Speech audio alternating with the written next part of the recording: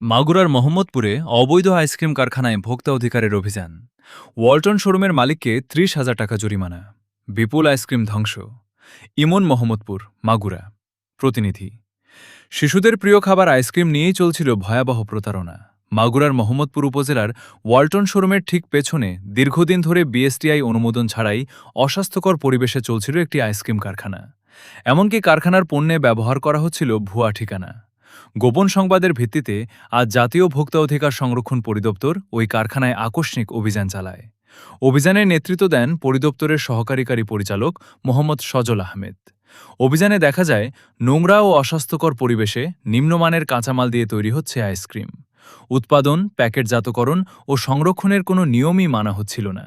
এসব আইসক্রিম পরে বাজারে শিশুদের কাছে বিক্রি করা হতো।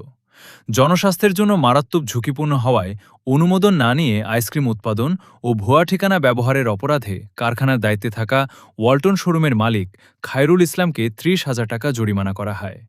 একই সাথে বিপুল পরিমাণ অনুমোদনহীন আইসক্রিম জব্দ করে তাৎক্ষণিকভাবে ধ্বংস করা হয়। কারখানা মালিকের বিরুদ্ধে আইনানুগ ব্যবস্থা প্রক্রিয়াধীন বলেও জানানো হয়।